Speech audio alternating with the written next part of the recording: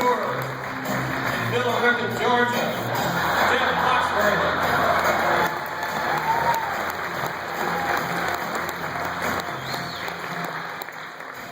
Why do they always do my voice that way? Thank you very much. I'm a little bit confused. It's always been my dream to play Major League Baseball. And I knew the draft was this week. And then the Braves call and say, hey, could you come down to the Omni for an announcement? And I'm all pumped up. I'm thinking, yes. They finally see the benefit in a 53-year-old ball player. And I know a lot of you think, oh, that's crazy. You couldn't play pro ball, Jeff. You're old. But hell, so is Chipper. Of course, he's breaking down more than a Pakistani taxi cab these days. Those knees, I've seen better joints on Ron White's bus. Smoltz has it. Chipper's playing 12 more games a year than I do and making $18 million more. So, I guess that's just part of the deal when you get old. Brian was talking about Smoltz at the end of his career. I remember a playoff game against the Cubs, and Smoltz's arm was just shot, and they bring him out of the pen. One point he goes to adjust his sleeve, and you can see the duct tape and the bungee cords. I think he was running it up there about 45 miles an hour with no movement. But he wanted the ball. That's the cool thing about Smoltz. He thinks he can do anything. And I want to thank him for being here today and stopping his book tour. John Smoltz wrote a book.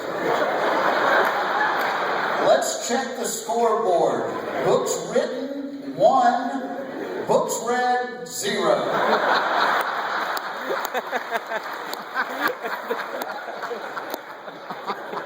And I don't know if you've read this literary masterpiece yet. Coming from the guy that wrote You Might Be a Redneck. Yeah. But it was very important to Smoltz to clear up the story from early in his career. It just drives him crazy, the story about him hurting himself by ironing his shirt while he was wearing the shirt. And that's just always, it's kind of one of those urban legends now, but it just drives him crazy. So I don't want people to think I'm that stupid. Let me tell you about my buddy. When he went to build his new house, Smoltz got a Bobcat, which is like a little bitty bulldozer, and kind of proving my point about reading, he didn't bother reading any of the directions. He just got the thing, and he went out and used it. Well, he shows up, we've been in the same Bible study together for 15 years. He shows up one Thursday morning, and the entire top of his head is covered in cuts and scratches. I mean, I'm like, oh my God, what happened to you? He got the Bobcat, he scoops up a big thing of sticks and rocks and limbs, gets it lifted up and brings it straight up over the top and dumped it all on the top of his own head. This is the man that doesn't want you to think that he's stupid enough to iron the shirt while he's wearing it. But I love it. I've always been competitive. I drive my friends crazy. I thought I was the most competitive human being on the planet until I met John Smoltz. I can tell you how we met. Our daughters were in the same grade, and I'm dropping my daughter off at school right when I moved back to Atlanta. It's like 97. And I'm sitting in the hall at school, and I look up and I'm like, oh my God, there's John Smoltz, and it's his daughter, and we kind of struck up a friendship. So we decided to play. We were going to have a little competition playing video baseball, old game called Baseball Stars. And then we said, okay, well, after we get the kids to bed, we'll start this series. First game's at my house tonight at 11 o'clock. 11 o'clock at night, my doorbell rings, and I go to it, and they're in full Braves uniform. Everything. Stirrups, hats, the whole thing is Smoltz ready to play video baseball. And after he left, I'm like, please God, let him get pulled over by the cops. Because the police were going, you know he wears his uniform all the time. Well, the next round of games was at John's We had a house, and we're down there playing till midnight or 1 o'clock in the morning, kind of winning the war against maturity. And while we were down there, one of those little freak ice storms that hit Atlanta happened, and Smoltz walks me to the door of his house, And I said goodnight, and I walked out on his porch, and literally my feet went straight up in the air, and I fell down and knocked all the wind out of myself, slipped on the ice. And as I'm laying there, I look back through the window, and I can see him walking away. And I laid out there for about 15 minutes. I couldn't move, but I wasn't about to knock on the door and tell him to come help me. He always wanted to play me in golf. I'm horrible at golf. They check me for ticks at the end of the round. It's horrible. And I never wanted to play. They finally talked me into it, so we go to the golf club in Georgia. The first hole is a par 5, and I get up first, and I hit it 200 yards, but it's straight. You can see it. I'm so relieved. I mean, it's actually out in the fairway. Smoltz gets out there and hits it. I mean, it just zooms it. I mean, like Tiger Woods, 340 yards. I'm like, oh my God. As we're walking to the car, John says to me, he said, hey, did you hear they're going to be building a new mall out here? I said, no, I hadn't heard that. I said, where are they going to put it? He said, somewhere between your ball and my ball.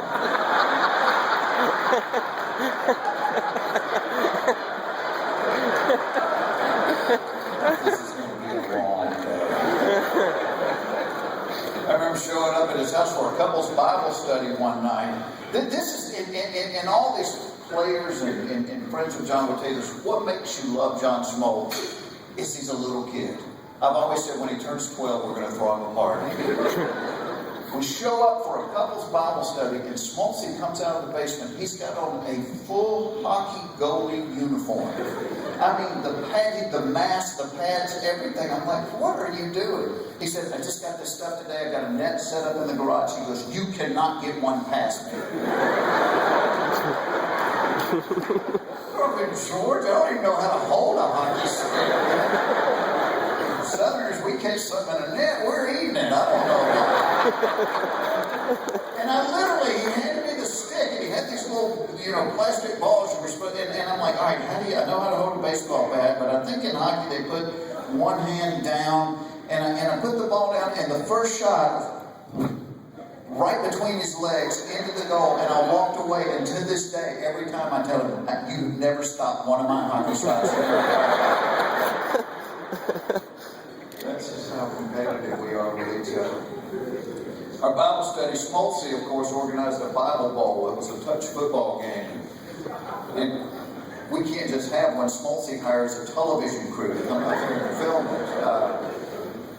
The first one we ever had, we were losing. We were down by one score. It's late in the game. And Brian was talking about him improvising. This was the play he came up with. He comes in the huddle. Of course, he's the quarterback. He said, all right, here's the play. He goes, everybody else get on the left and just run like 5 yards and go out. He goes, Fox, you get on the right, run 10 yards, and then scream and grab your hamstring. He said, when everybody stops to come check on you, take off running. I'm going to throw it as far as I can. And it worked.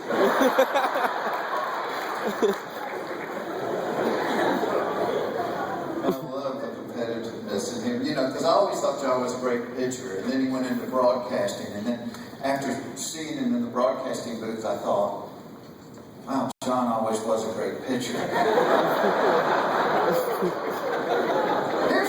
I think John's a great broadcaster. Here's the problem, is it's jokes. Worst jokes on the planet. Like, I've always wanted to be a major league ball player. John Smoltz wants to be a comedian more than anything in his life. And nobody is less qualified for the job.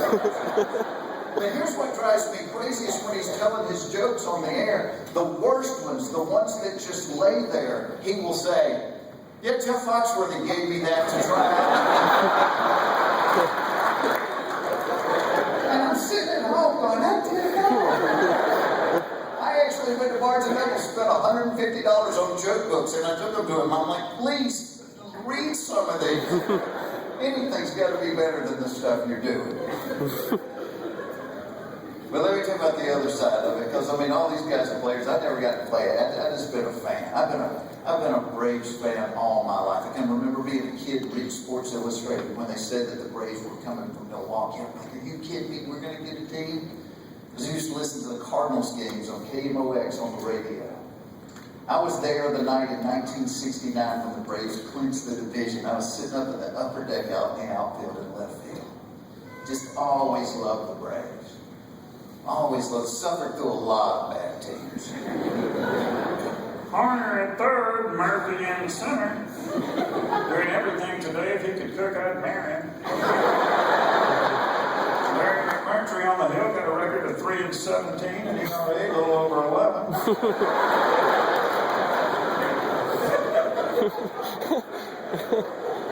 I mean, it was just kind of the lot in life for those of us that love the Braves. You just kind of always just kind of figure we love them, but we're just never going to win anything. And I think that's what made it so special when this group of guys came around. I moved to Los Angeles, of course, when the Braves got good. Suffered through all those bad years, and I moved out there. And I'm telling you the truth. I remember in 1991 when the Braves beat the Pirates to go to the World Series. I walked outside on my front porch and I sat there and I cried. I did. I had tears on my face. I'm like, the Braves are going to the World Series. And I had a buddy call me from Atlanta. He's like, dude, I got 2 tickets behind the dugout for Game 3 when the Braves come back to Atlanta. And my wife was like 8.5 months pregnant. And I said, oh my God, I can't go. I said, my wife is due. I mean, she could give birth, and if I'm on a plane, I can't get back. And I went in the kitchen and I said to my wife, I said, yeah, I believe that. I said, Mike Blair just called me. He had 2 tickets to the World Series. And she said, well, you took one, didn't you? And I said, no. I said, you're due any day. I said, if I'm on a plane, I can't get back. And my wife looked at me and said, we'll have another kid.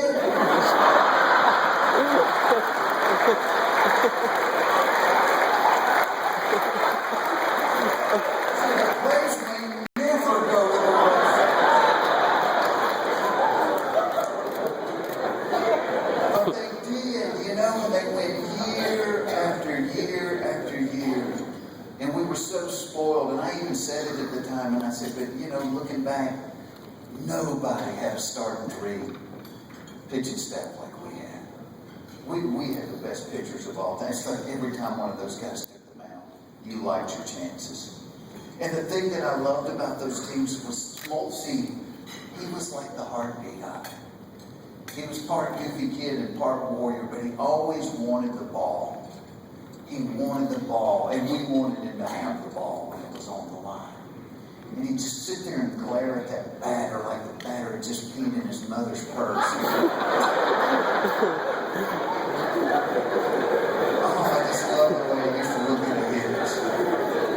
And these people would go, oh, come on, Smoltz. Come on. Oh, man, we just, and I tried to tell him this. I said, you can't see this. I said, but the Braves is more than just a city. And the Braves is more than just a state. The Braves is like the Southeast. And I said, people love you. People love the warrior in you. And if you knew him outside the baseball field, you would love him too. Because, man, he's such a quality human being. He doesn't take no, he thinks he can do anything. He built a Christian school, he knows nothing about it. And he did it. I'm like, you're out of your mind, dude. Do you know how much money you've got to raise? He's like, oh, okay, I will. And he did. And he's fed so many hungry people in this city. And I just got to tell you, it's an honor to call him my friend. And John, it's been such a joy to watch you play baseball in that uniform for 20 years. And as a lifetime baseball fan, I always wanted to go to Cooperstown. And I decided 10 years ago, I am going to go to Cooperstown. And I'm going to go the day that John Smoltz is inducted into the Hall of Fame. God bless you, Smoltz. Congratulations.